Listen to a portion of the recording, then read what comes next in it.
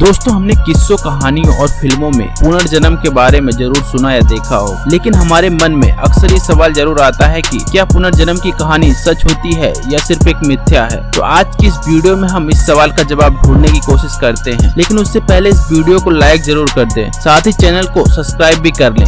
हिंदू धर्म के अनुसार मनुष्य का केवल शरीर मरता है, उसकी आत्मा नहीं। आत्मा एक शरीर का त्याग करके दूसरे शरीर में प्रवेश कर जाती है, इसे ही पुनर्जन्म कहते हैं। हालांकि नया जन्म लेने के बाद पिछले जन्म की याद बहुत ही कम लोगों को रह पाती है, इसलिए ऐसी घटनाएं कभी कभार ही देखी जाती है। तो आज की इस वीडियो में हम बात करने जा रहे हैं ऐसी 4 घटनाओं के बारे में जो आपको चौंका कर रख देगी, तो वीडियो को लास्ट तक जरूर देखें। चौथे नंबर पर आती हैं शांति देवी। 1926 में जन्मित शांति देवी ने 4 साल की उम्र में अपने पिछले जीवन को याद करना शुरू कर दिया था। उन्होंने अपने माता पिता से कहा कि उनका असली घर उनके पति के पास मथुरा में था, और यहाँ तक कि 6 साल की उम्र में शांति देवी ने मथुरा भागने की कोशिश भी की थी।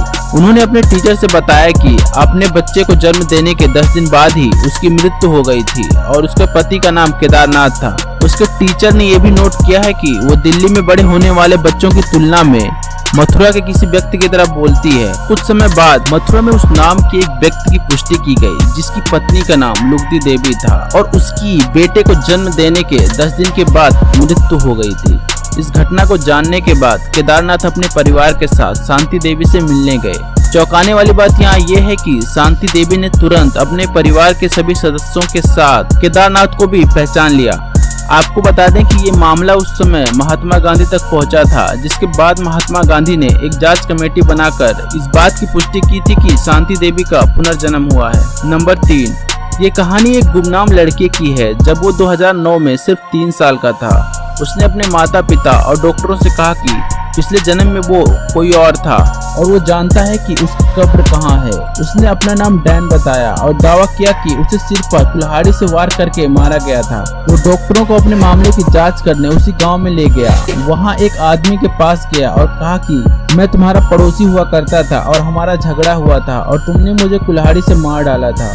उस आदमी का चेहरा सफेद हो गया और लड़के ने कहा कि वो उन्हें दिखा सकता है कि उसका शव कहाँ दफनाया गया था। डैन उन्हें पत्थरों के ढेर तक ले गया और उसके नीचे किसान के कपड़े पहने एक कंकाल था। खोपड़ी के ठीक ऊपर एक सफेद कुल्हाड़ी का घाव भी था।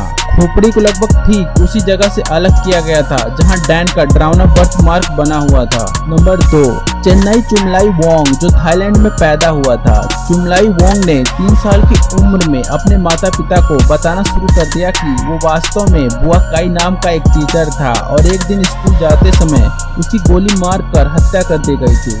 उसने अपने हैरान माता पिता से उस गांव में ले जाने की भीख मांगी जहां बुआ काई के माता पिता रहते थे, जिसके बाद बुआ काई को उसके गांव ले जाया गया जहां उसने तुरंत अपने माता पिता को पहचान लिया। हैरानी की बात तो यह है कि उसके सर के पीछे उसी गोली का निशान है जिससे पिछले जन्म में उसे मार दिया गया था। ये निशान बिल्कुल गोली से मेल खाता है।